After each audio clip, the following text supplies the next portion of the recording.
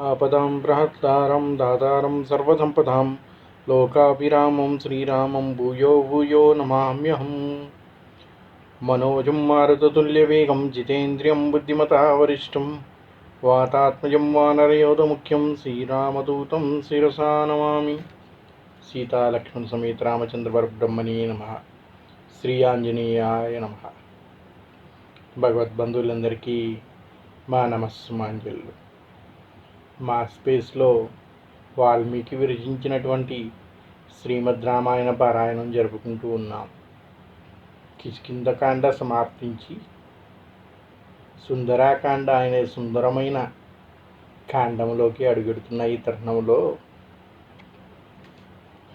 అసలు ఈ సుందరాకాండ అంటే ఏమిటి అనేది కొంచెం తెలుసుకుందాం. సుందరే సుందరో రామ, సుందరే సుందరీ కథః, సుందరే సుందరీ సీత, సుందరే సుందరం వనం, సుందరే సుందరం కావ్యం, సుందరే సుందరం కపిః, సుందరే సుందరం మంత్రం, సుందరే కిం న సుందరం. వాల్మీకి అన్ని కాండాలకు ఆ కాదా భాగానికి సంబంధించిన పేర్లు పెట్టాడు, కానీ సుందరాకాండకు మాత్రం సుందరకాండ అని పేరు పెట్టడానికి గల కారణాలు పండితులు చాలా రకాల వివరణలు వ్యాఖ్యానాలు చెప్పారు. రామాయణం మొత్తంలో కూడా ప్రవచనకాండగా గొప్పగా చెప్పేది సుందరకాండ మాత్రమే.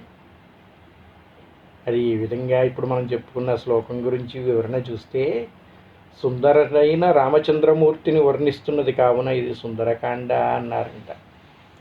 సుందరమైన కథను చెబుతున్నది కావున సుందరకాండ అంట.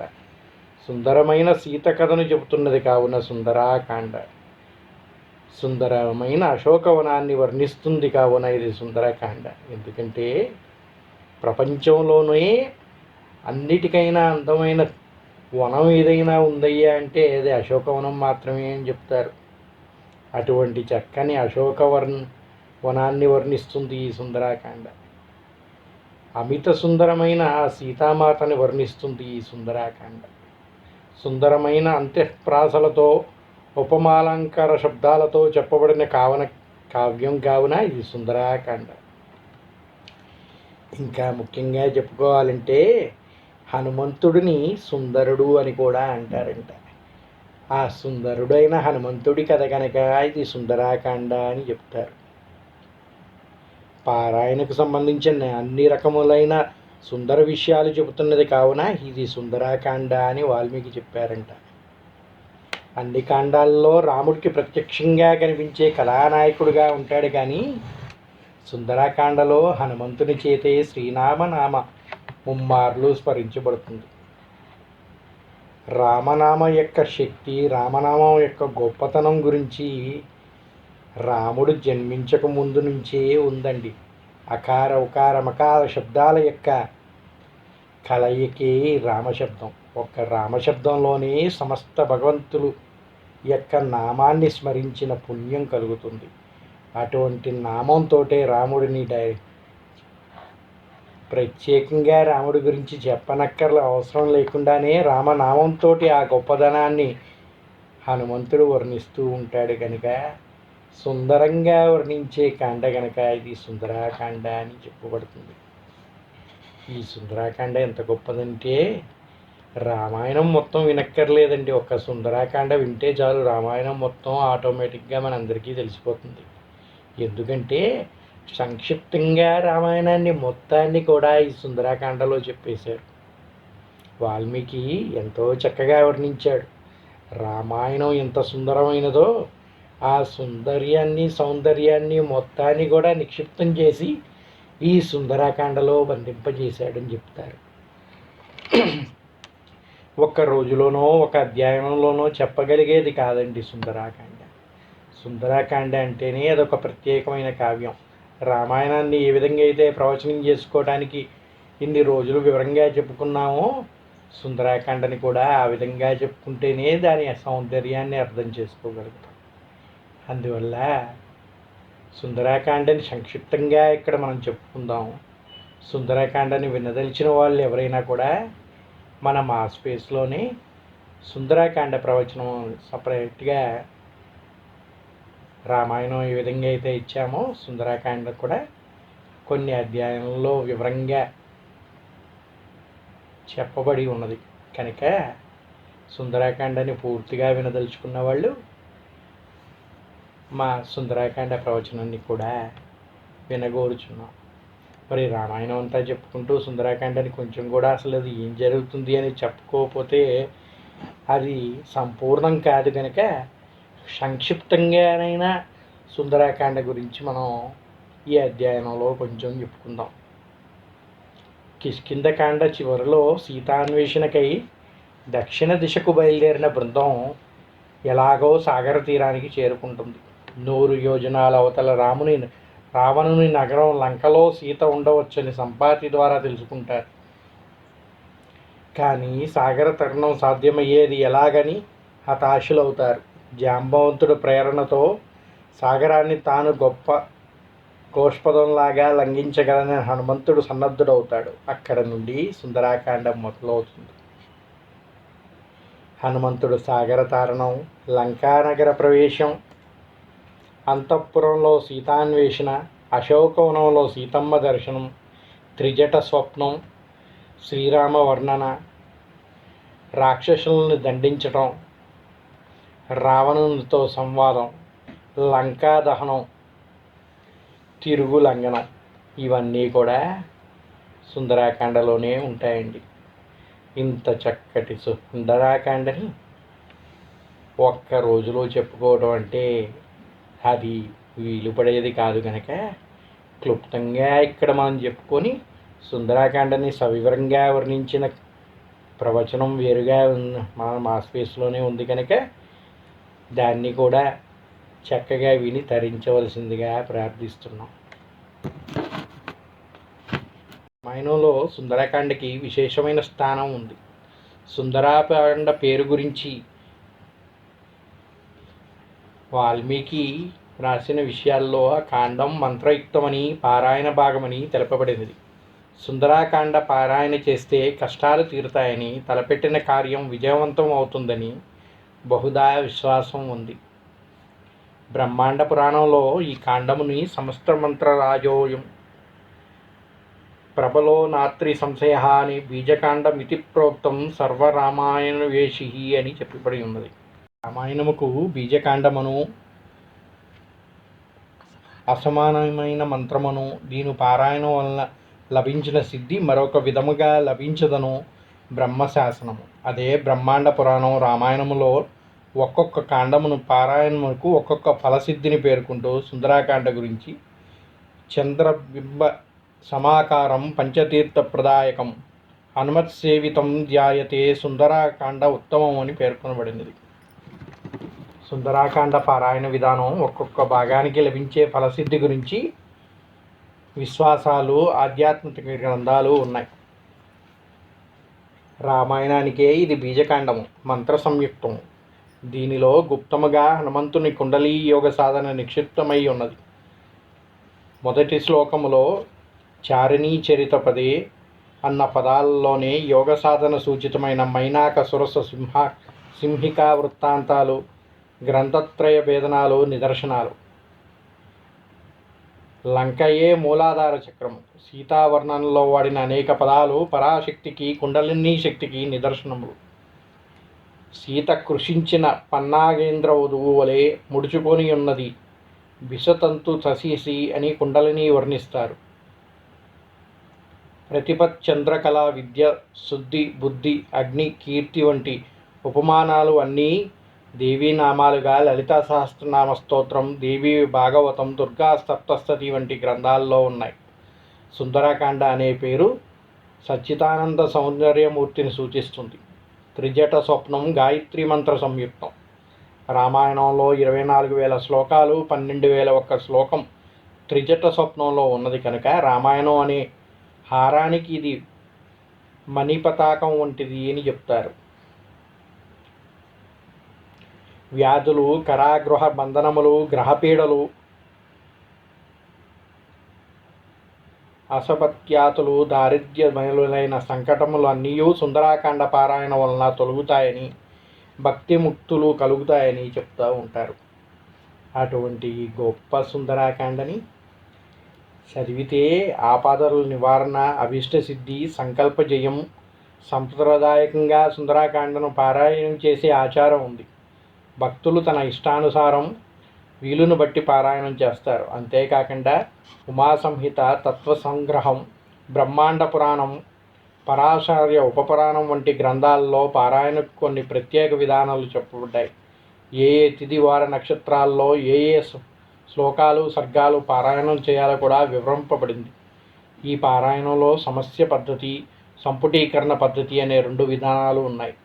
చైత్ర, వైశాఖ, జ్యేష్ఠ, శ్రవణ, ఆశ్వీజ, కార్తీక, మార్గశిర, మాఘ, ఫాల్గుణ మాసాల్లోనూ, విధియ, తదియ, పంచమి, సప్తమి, దశమి, ఏకాదశి, త్రయోదశి తిథుల నందు, ఆది, బుధ, గురు, శుక్రవారాల్లోనూ ఈ పారాయణ ప్రారంభించటం మంచిదనియు, నదీ సాగర తీరములందు, పవిత్ర తీర్థక్షేత్రములందు, దేవాలయముల్లోనూ, భక్తుల సన్నిధి అందు, స్వగృహ దైవ ప్రార్థన మందిరాల్లోనూ, తులసి కోట చెంతను ఈ పారాయణ ఆచరించుట శుభప్రదం అని చెప్పబడి ఉన్నది సాంప్రదాయ ప్రకారం. సాధారణంగా పారాయణకు ముందు పూజాది కార్యక్రమాలు నిర్వహిస్తారు. అనంతరం అంగన్యాస, కరన్యాసాదులు నిర్వహిస్తారు. ఒక విధానం ప్రకారం పారాయణం ఈ క్రమంలో ఉంటుంది. ముందుగా గురువులకు, గణపతికు, ఇష్టదైవాదికులకు, వాల్మీకి, ఆంజనేయునికి, రామాయణమునకు, శ్రీరామునికి ప్రార్థనలు చేస్తారు. అనంతరం గాయత్రి మంత్రాన్ని పఠిస్తారు. తర్వాత సంక్షిప్త రామాయణము, శ్రీరామావతార సర్గను, సీతారామ కళ్యాణమును, సీతారామ సఖజీవ సర్గను, సుందరాకాండమును పారాయణం చేయాలని చెప్పేసి ఒక పద్ధతిని వివరించబడి ఉంది. ఆ తర్వాత నాగపాస విమోచన సర్గను, ఆదిత్య హృదయమును, రావణవధ సర్గను, శ్రీరామ స్తుతి సర్గను, శ్రీరామ పట్టాభిషేక సర్గను, గాయత్రి రామాయణమును, మంగళ స్వస్తి శ్లోకములను చదవాలని చెప్తారు. ఇంత విశిష్టమైన సుందరాకాండని ఒక్క రోజులో, ఒక అధ్యాయంలోనో, 4 అధ్యాయంలోనో చెప్పుకోవటం అంత సులభమైనది కాదు కనుక మనం ముందుగా చెప్పుకున్నట్టుగా ఇప్పటి వరకు మన ఛానల్ని ఎవరన్నా సబ్స్క్రైబ్ చేసుకోకుండా ఉన్నట్టయితే ముందుగా సబ్స్క్రైబ్ చేసుకుంటే మనం ఇంతకు ముందే చెప్పుకున్నటువంటి సుందరాకాండ పారాయణం మీకు అక్కడ కనిపిస్తుంది. దానిలోంచి మీరు సుందరాకాండని వివరంగా చెప్పిన కాండాలని, ఒక్కొక్క అధ్యాయాన్ని వివరంగా వినే అవకాశం లభిస్తుంది. కనుక ఇప్పటి వరకు మీలో ఎవరైనా సబ్స్క్రైబ్ చేసుకొని వాళ్ళు ఉండుంటే ముందుగా సబ్స్క్రైబ్ చేసుకొని ఆ సుందరాకాండని అక్కడి నుంచి వినగోరుచున్నాం. చెప్పటానికి 4 ముక్కల్లో చెప్పినా దాన్ని సౌందర్యాన్ని వర్ణించటం అంత సులభం కాదు. సుందరాకాండని 4 ముక్కలు చెప్పగలిగేంత గొప్పవాళ్ళము కాదు. కనుక సుందరాకాండని సుందరాకాండగానే ఆ పారాయణంలోనే వినగోరుచున్నాం. హనుమంతుడు సాగర తీరానికి చేరి పర్వతం వలె ప్రమాణంగా దేహాన్ని పెంచి సాగరాన్ని దాటడానికి సన్నద్ధుడై మహేంద్రగిరి పైకి ఎక్కాడు. సూర్యునికి, ఇంద్రుడికి, బ్రహ్మకి, భూతకోటికి నమస్కరించాడు. పిక్కలు బిగబట్టి చేతులు అదిమి ఒక్క ఉదుటున లంఘించాడు. ఆ అదురుకి పర్వతం అంతా బీటలు వారిందంట. అంతే కదండి, భారీ కాయాన్ని పెంచాడు. పర్వతంతో సమానంగా తన దేహాన్ని విశాలంగా పెంచేశాడంట హనుమంతుడు. ఒక్క ఉదుటున లంఘించడానికి అదిమి పట్టి లేచాడంట. ఆ దిమటంతో ఆ పర్వతం, ఆ మహేంద్రగిరి అంతా కూడా బీటలు వారింది అంటున్నాడు వాల్మీకి. రామకార్యానికి సహాయపడదలిచి మైనాకుడనే పర్వతం రామకార్యానికై వెళ్తున్న హనుమంతుడికి విశ్రాంతి తీసుకోమని కోరాడు. ఆ ఆతిథ్యాన్ని వినయంగా తిరస్కరించిన హనుమంతుడు ముందుకు సాగాడు. సాగుతూ ఉండగా సురస అనే నాగమాత హనుమని పరీక్షించదలిచి మృత్యుద్వారం లాంటి తన నోరు తెరిచి అతనికి దారి అడ్డు నిలిచింది. యుక్తిగా ఆమె నోటి ప్రవేశించి మళ్ళీ బయటికి వచ్చి ఆమె ఆశీర్వచనం పొందాడు హనుమంతుడు. అలా ముందుకు సాగుతుండగా మరో అడ్డంకిగా సింహిక అనే ఛాయాగ్రాహక రాక్షసి హనుమంతుడు నీడను పట్టి లాగసాగింది. ఈ సింహిక అనేది ఏమిటంటే అండి, సముద్రంలో పైన వెళ్తున్న నీడ ఏదన్నా దానికి కనిపిస్తే చాలు ఆ నీడను పట్టుకొని ఆ పైనున్న ఏదైనా దాన్ని లాగేసుకుని తినేస్తుందంట. అటువంటి ఛాయాగ్రాహక రాక్షసి ఈ సింహిక. ఆ సింహిక హనుమంతుడి నీడను తాకి ఆయన్ని బట్టి లాగేస్తుంది. హనుమంతుడు శరవేగంగా దాని కడుపులో తూరి కడుపుని చీల్చివేసి అప్రతిహంగా రామబాణంలా లంకలోని త్రికుటగిరి శిఖరంపై వాలాడు. చూసారా అండి, ఆయన వచ్చిన అడ్డంకులన్నింటినీ తొలగించుకుంటూ ముందుకు సాగాడే తప్ప ఎక్కడా కూడా ఆగలేదంట. హనుమంతుడు అప్రకటితంగా రామబాణంలా దూసుకుంటూ వెళ్ళి త్రికూటగిరి శిఖరంపై వాలాడు. దూరం నుండి లంకానగరం శోభను, సౌందర్యాన్ని, సురక్షిత వ్యవస్థను చూసి హనుమంతుడు ఆశ్చర్యపోయాడు. చీకట పడిన తర్వాత చిన్నపాటి దేహం దాల్చి నగరంలో ప్రవేశించబోయాడు. లంకానగరం అంటే అది ఎంతో అద్భుతమైన, ఎంతో సుందర నగరం అండి. పరమేశ్వరుడు పార్వతీ యొక్క కోరిక మేరకు నిర్మించి ఇచ్చిన నగరం అండి అది. ఆ లంకా నగరాన్ని నిర్మించడానికి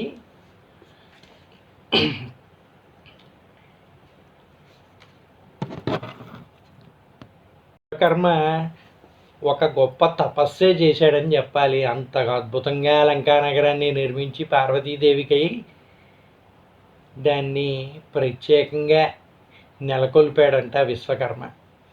శివుడు విశ్వకర్మని అభినందించి ఇటువంటి గొప్ప నగరంలో ప్రవేశించడానికి సరైన ముహూర్తం, చక్కని పౌరోహిత్యం తెలిసిన వాడిని పిలవాలని చెప్పేసి ఎవరిని పిలుద్దామనుకుంటుండగా తన అనంగు భక్తుడైన రావణాసురుణ్ణి పౌరోహిత్యం వహించవలసిందిగా పరమేశ్వరుడు ప్రార్థించాడంట. దానికి అంగీకరించినటువంటి రావణాసురుడు ఆ లంకా నగరానికి ప్రవేశించి పౌరోహిత్యాన్ని వహించి పార్వతిని సంతుష్టుని చేశాడు. దానితో పార్వతీ పరమేశ్వరులు చక్కగా నిర్వర్తించిన కార్యానికి పౌరోహిత్యం వహించినందుకు రావణాసుడికి ఏం కావాలో కోరుకోనాయనా అని అడిగారంట. ఎంతో సంతుష్టుడైన రావణాసురుడు ఆ లంకా నగరాన్ని చూసి మోహితుడైపోయి, స్వామి, ఇటువంటి నగరం, ఇంత అద్భుతమైన నగరం నా వంటి వాడి దగ్గర ఉంటే ఇంకా సంతోషంగా ఉంటుంది కనుక దీన్ని నాకు ఇప్పించండి అని ప్రార్థించాడు. దానితో లంకా నగరాన్ని పార్వతీ పరమేశ్వరులు రావణాసురుడికి ధారాదత్తం చేశారు. చూసారా, అంతటి సుందరమైన నగరం రావణాసుడికి ఏ విధంగా లభించిందో. ఇది రావణాసురుడు నిర్మించింది కాదండి లంక. ఈ రోజుకి లంకలో ఉన్నటువంటి అపురూపమైన పర్వతాలు కానీ, ఆ గుహలు కానీ, కోనేరులు కానీ, అక్కడ ఉన్నటువంటి టెక్నాలజీ కానీ, మన ఈ రోజు లేనటువంటి టెక్నాలజీ కూడా ఆ రోజు ఉంది అని చెప్తారు. అదంతా కూడా మనుషులు నిర్మించింది కాదండి, దేవతలు చే నిర్మించబడినటువంటి మహానగరం ఈ లంకానగరం. ఆ లంకానగరం పార్వతీ పరమేశ్వరులకై కోసమై నిర్మిస్తే ఆ ప్రకృతి పురుషులకి సమస్త ప్రపంచము కూడా వాళ్ళకి ఇల్లే కనుక ఈ చిన్న లంకానగరం అనేది వాళ్ళకి సరైనది కాదని తలచి శివుడు ఈ విధంగా నాటకం నడిపించి దాన్ని రావణాసురుడికి అందించాడు. అంతటి గొప్ప నగరానికి ప్రవేశించడానికి ఏ విధంగా వెళ్ళాలి అని హనుమంతుడు ఆలోచిస్తూ ఉన్నాడు. తన యొక్క ఆకారాన్ని మొత్తం కూడా చిన్నపాటి దేహంగా చీమలాగా మార్చి ద్వారం వద్ద లంకాదేవత లంకిని తప్పించుకొని వెళ్దామని ప్రయత్నించాడు హనుమంతుడు. కానీ ఆ లంకాధిదేవత అయిన లంకిని అడ్డగించింది. హనుమంతుడు ఆమెని దండించాడు. అతడు కారణజన్ముడని బ్రహ్మ చెప్పిన విధంగా లంకకు కీడు వాటిల్లినదని లంకిని గ్రహించింది. ద్వారం గుండా కాకుండా ప్రాకారాన్ని లంఘించి ఎడమకాలు ముందుంచి హనుమంతుడు మయుని అపూర్వ సృష్టి అయిన లంకలో ప్రవేశించాడు. సీతను వెతకసాగాడు. ఆ సమయంలో చంద్రోదయం జరిగి లంకానగరం మరింత శోభాయమానమైంది. చిన్న శరీరం ధరించి హనుమంతుడు రావణుని మందిరంలో పానశాలలోనూ పుష్పక విమానంలోనూ అన్ని చోట్లను సీతను వెతకసాగాడు. రాత్రివేళ రాముని మందిరంలో కాంతలు భోగలాలసులై చిత్ర విచిత్ర రీతిలో నిద్రిస్తూ ఉన్నారు. ఆ దృశ్యాలను చూచి కలవరపడిన హనుమంతుడు తాను రామకార్యార్చన నిమిత్తమయ్యే ఈ విధంగా వికారాలకు లోను కాకుండా సీతాన్వేషణ చేస్తున్నానని, తనకు దోషం అంటదని, తన బ్రహ్మచర్య దీక్షకు భంగం వాటిల్లదని సమాధానపడ్డాడు. పుష్పక విమానం అందాన్ని, రాముని ఐశ్వర్యాన్ని చూసి అబ్బురపడ్డాడు. నిద్రించుచున్న స్త్రీలలో మండోదరిని చూసి సీత అని భ్రమించాడు. మరలా తప్పు తెలుసుకొని అన్వేషణ కొనసాగించాడు. సీతమ్మ జాడ కనుక చింతించాడు. ఏమి చేయాలో తోచలేదు. సీత కనిపించకుండా తను వెనకకు వెళ్ళేది లేదని నిశ్చయించుకున్న ఆ సమయంలో అశోకవనం కనిపించింది హనుమంతుడికి. అందులో ప్రవేశించే ముందు ఈ విధంగా ప్రార్థించాడు. నమోస్తు రామాయ సలక్ష్మణాయ దేవ్యై చ తస్య తే జనకాత్మజాయ నమోస్తు రుద్రేంద్రాయ యమానలేభ్యో నమోస్తు చంద్రార్క మరుద్గణేభ్యాః అని ప్రార్థించాడు. దేవతలు మహర్దులు తనకు కార్యసాఫల్యత కూర్చవలనను కోరాడు. బ్రహ్మ, అగ్ని, వాయుదేవుడు, ఇంద్రుడు, వరుణుడు, సూర్యచంద్రులు, అశ్విని దేవతలు, మరుత్తులు, శివుడు, సకల భూతములు, శ్రీ మహావిష్ణువు తనకు కార్యసిద్ధి కలిగించవలసిందిగా ప్రార్థించి సీతాన్వేషణకై అశోకవనంలో అడుగుపెట్టాడు హనుమంతుడు.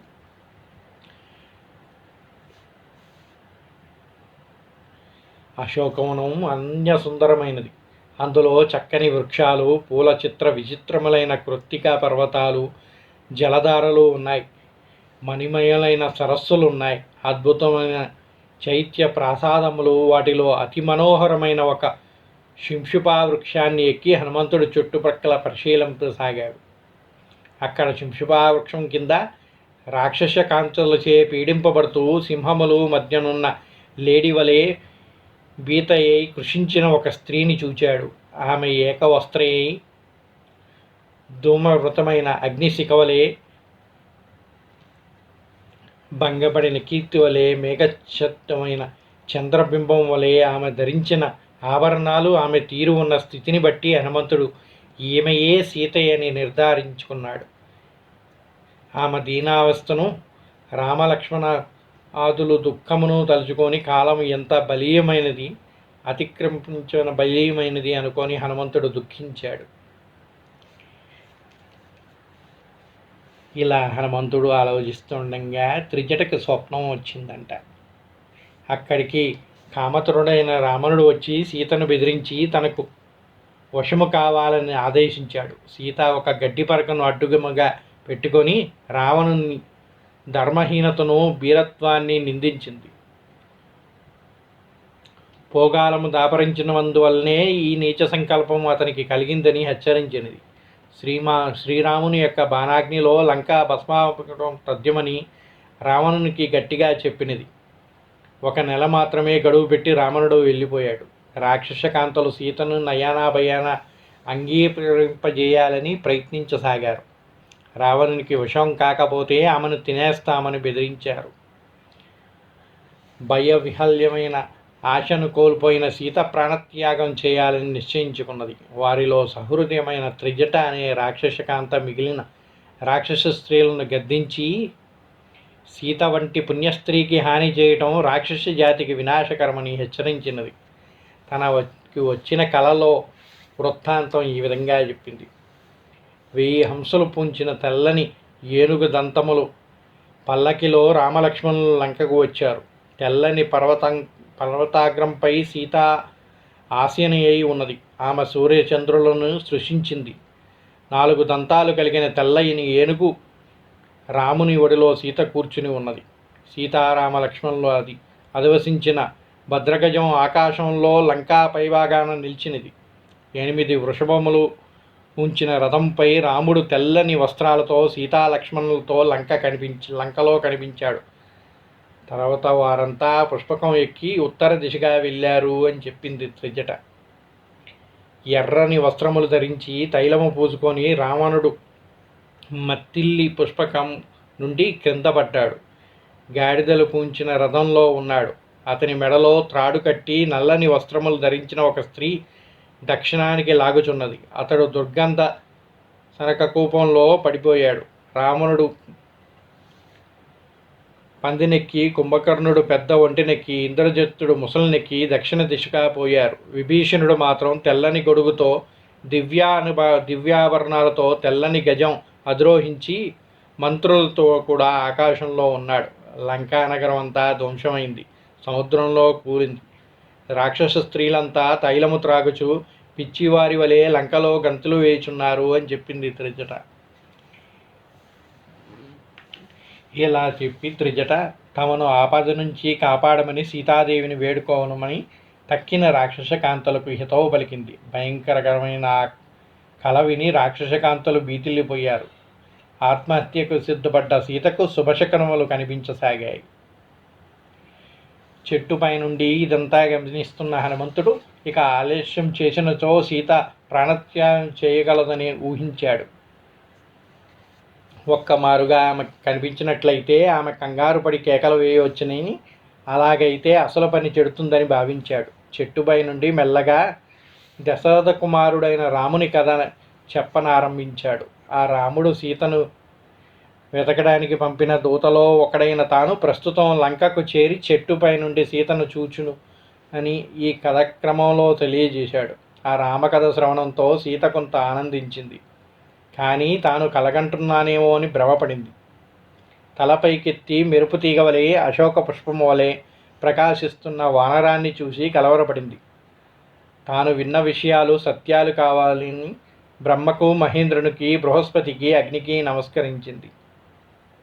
హనుమంతుడు మెల్లగా చెట్లు దిగి వచ్చి ఆమెకి సుఖం పలికాడు. సీతకు తన వృత్తాంతము, రాముని దుఃఖమును వివరించాడు. శ్రీరాముని పరాక్రమాలను, గుణగణాలను ప్రశంసించి ఆమె త్వరలో విముక్తి కాగలుగుతుందని అనునయ వచనాలను పలికాడు. సీత దుఃఖించి అందరి క్షేమ సమాచారం అడిగి ఆపై రాముని వర్ణించమని కోరినది. హనుమంతుడు భక్తితో అనన్య సుందరుడైన రాముని, అతని సోదరుడైన లక్ష్మణుని వర్ణించాడు. శ్రీరాముని గురించి విని సీత ఊరడిల్లింది. తర్వాత హనుమంతుడు ఆమెకి శ్రీరామును ఆనవాలైన అంగుళీకమును ఇచ్చాడు. రాముడు చెప్పిన మాటలు తెలియజేశాడు. ఆమెకి శుభం పలికాడు.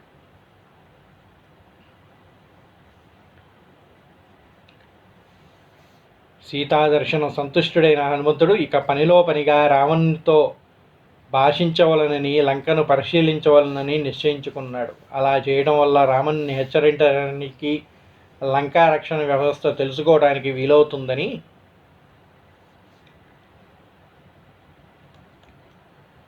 ఆ ప్రయత్నంలో లంకని వీలైనంత నష్టం కలిగించవచ్చని సంకల్పించాడు హనుమంతుడు. వెంటనే ఉగ్రకారకుడై హనుమ అడ్డు వచ్చిన వేలాది రాక్షసుల్ని ధ్వంసం చేసి మకర తోరణాన్ని అధిష్ఠించి కూర్చున్నాడు.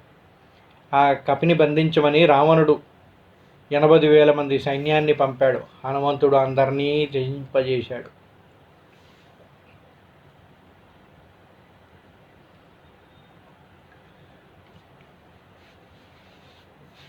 అప్పుడు రావణుడు ప్రహస్తుని కుమారుడు, మహాబలశాలి అయిన జాంబమాలిని పంపాడు. హనుమంతుడి చేతికి పరగతితో జాంబమాలి శరీరం చూర్ణమైనది. ఆపై అగ్నివలే తేజిల్లే విద్య నిపుడైన 7 మంత్రిపుత్రుల్ని పెద్ద సేనతో కలిసి హనుమంతుడిపై దండెత్తారు. హనుమంతుడు భయంకరంగా గర్జించి కొందరిని అరచేతితోనూ, కొందరిని ముష్టిఘాతాలతోనూ, కొందరిని పిడిగుద్దులతోనూ చంపివేశాడు. పిమ్మట విరూపాక్షుడు, యుపాక్షుడు, దుర్ధరుడు, ప్రసన్నుడు, భాసకర్ణుడు అనే గొప్ప సేనా నాయకులు తమ సేనలతో వచ్చి వారు కూడా పరలోక గతికి పోయారు. వీళ్ళందరూ ఈ విధంగా మరణిస్తుంటే అక్షకుమారుణ్ణి పంపాడు. హనుమంతుడు అక్షకుమారుణ్ణి కూడా వధించాడు. ఈ సంగతి తెలిసి రావణుడు కలవరపడ్డాడు. పెక్కు జాగ్రత్తలు చెప్పి ఇంద్రజిత్తుని యుద్ధానికి పంపాడు. ఇంద్రజిత్తుడు బ్రహ్మవర సంపన్నుడై ఇంద్రాదులు కూడా నిలవరించగల శక్యంగాని పరాక్రమశాలి, తంత్రమంత్ర యుద్ధ విద్యను నిపుణుడు. అతడు తండ్రికి నమస్కరించి రణోత్సాహంతో పొంగిపోతూ సేనలను లేకుండా ఒక్కడే దివ్యరథాన్ని అధిరోహించి హనుమంతుడిపైకి వెళ్ళాడు. వారిద్దరి మధ్య యుద్ధం చిత్ర విచిత్ర రీతుల్లో సకల గణాలకు సంభ్రమం కలిగించింది. ఒకరికి ఒకరు జయించడం అశక్యమని ఇద్దరికీ తెలిసిపోయింది. ఇక లాభం లేదు, కనీసం ఆ వానరుడిని బంధించాలని సంకల్పించి ఇంద్రజిత్తు బ్రహ్మాస్త్రాన్ని ప్రయోగించాడు. అది హనుమంతుడు బంధించింది. బ్రహ్మ హనుమంతుడికి ఇచ్చిన వరం ప్రకారం ఆ అస్త్రం అతన్ని బాధించకుండా మరుక్షణమే తొలగిపోయింది. అయినా బ్రహ్మదేవుని పట్ల గౌరవం చేత ఆ అస్త్రానికి కత్తుబడిపోయినట్టు నటించాడు హనుమంతుడు. బ్రహ్మాస్త్రానికి వశుడైనట్లు నటించి హనుమంతుడు రావణుడి సభాభవనంలోకి ప్రవేశించి రావణుని చూశాడు. రావణాసుడి సభా ప్రాంగణంలో మణిమయమైన శోభిల్లుతుంది. రావణుని కిరీటం, ఆభరణాలు, వస్త్రాలు, అనులేపాదులు అత్యద్భుతంగా ఉన్నాయి. మహత్తేజస్శాలి వీరుడు అయిన రావణుడిని 10 శిరస్సులను ఒప్పొచ్చు అనేక క్రూర మృగములతో నిండిన శిఖరములు గల మందరగిరి వలె ప్రకాశిస్తున్నాడు.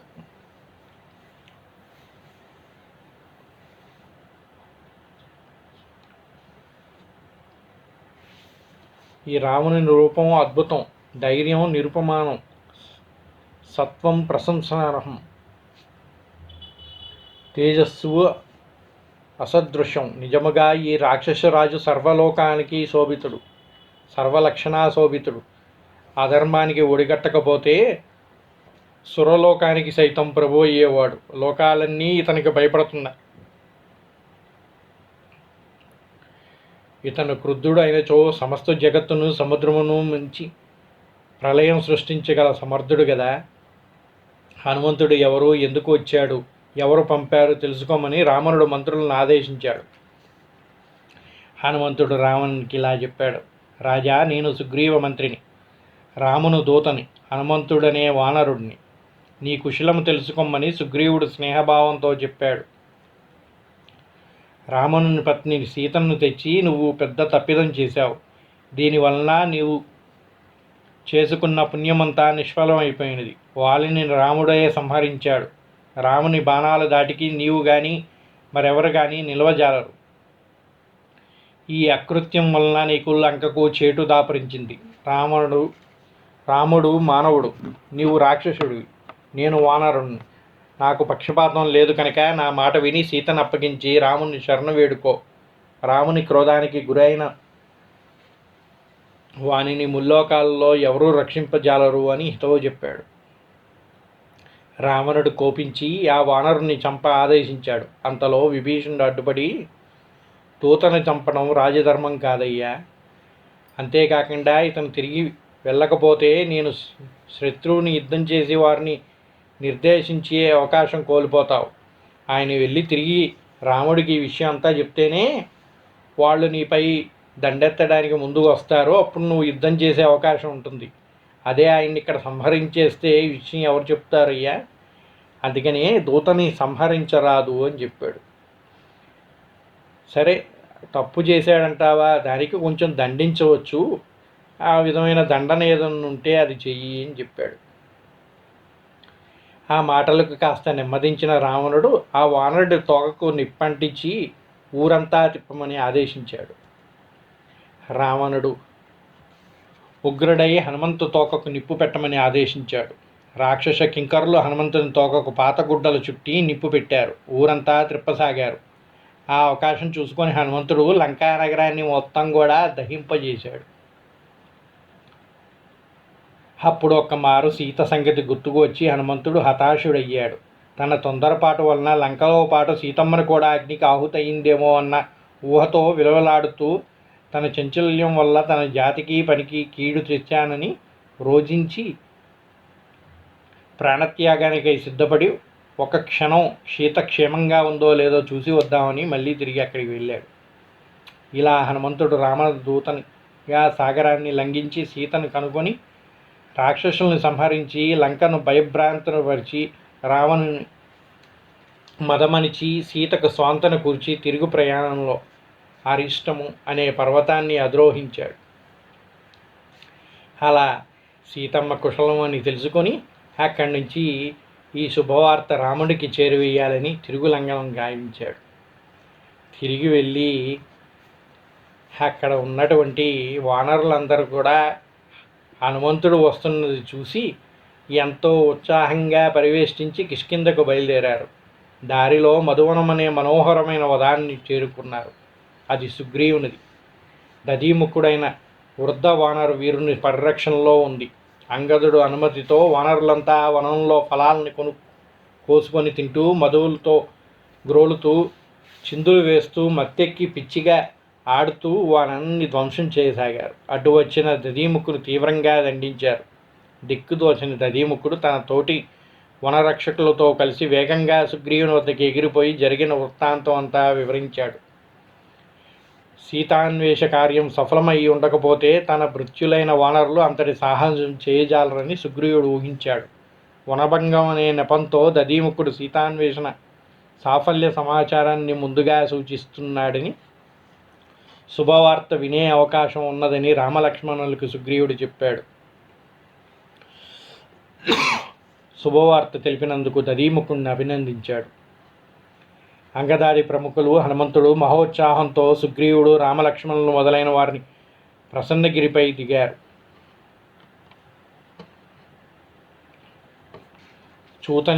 సీతను చూశామని హనుమంతుడు చెప్పగానే రామలక్ష్మణులు మహానంద భరితులయ్యారు.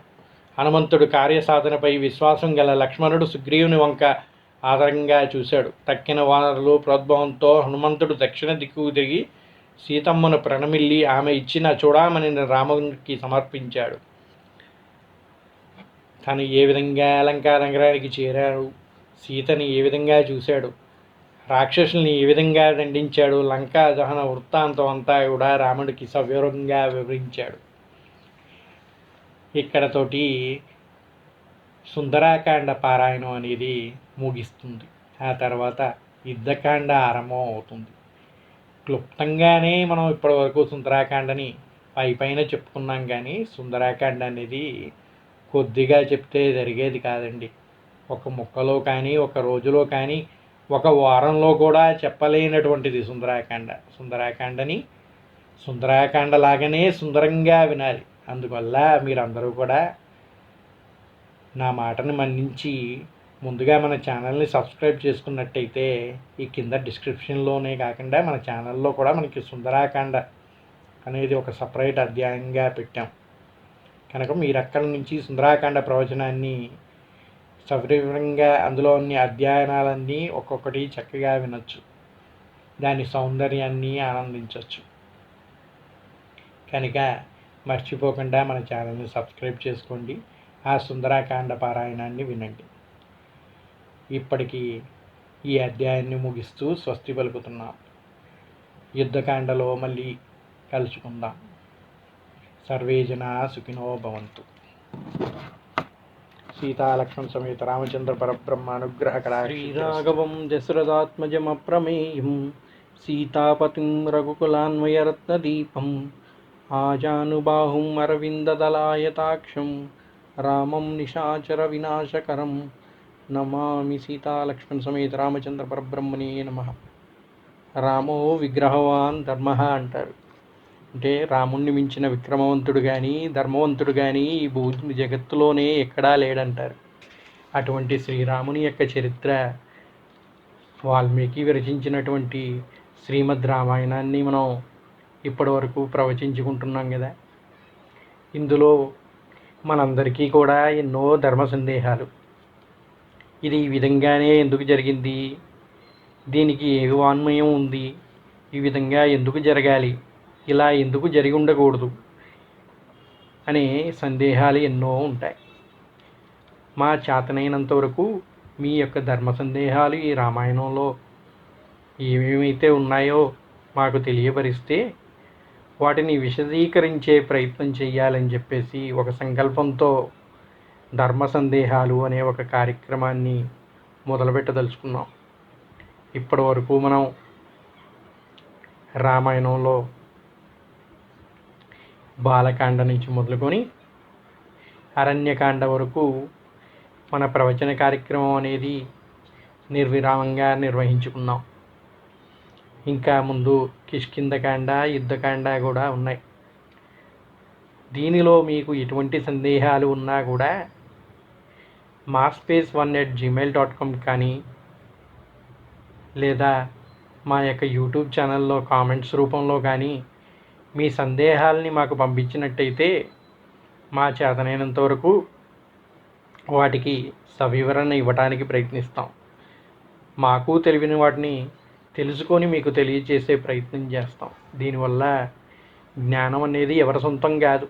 అది మీ దగ్గర నుంచి మేము నేర్చుకున్నా, మా దగ్గర నుంచి మీరు తెలుసుకున్నా, గురువుల నుంచి మనం తెలుసుకున్నా అందరికీ ఉపయోగపడేదే కనుక ఈ ధర్మ సందేహాల ద్వారా మనందరికీ కూడా చక్కటి జ్ఞానం పొందగలిగే అవకాశం లభిస్తుందని, ఈ సత్సంకల్పానికి మీరందరూ కూడా పాటుపడాలని కోరుకుంటూ ఈ ధర్మ సందేహాల ప్రోగ్రాంని ప్రారంభించడానికి ప్రయత్నం చేస్తాం. రామాయణం కార్యక్రమం ఇంకా మనకి 2 కాండాలు మిగిలి ఉంది కనుక ఈ లోపల మీ ధర్మ సందేహాలన్నింటినీ మాకు పంపించినట్టయితే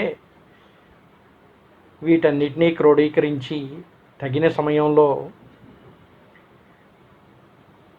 మీరు అందించే ధర్మ సందేహాలని బట్టి ఎన్ని ప్రోగ్రామ్స్ చేయాలనేది నిశ్చయించి ఒక రోజున చక్కగా వీటన్నిటికీ జవాబులు చెప్పడానికి ప్రయత్నిస్తాం. మర్చిపోకండి, ఇప్పటివరకు మన రామాయణ కార్యక్రమాన్ని ఫాలో అవుతున్న వాళ్ళందరూ కూడా ఈ యొక్క ధర్మ సందేహాల్లో మీ ప్రశ్నల్ని పంపించినట్టయితే వాటికి సవివరణ ఇవ్వడానికి ప్రయత్నం చేస్తాం. శ్రీరామాయ నమః.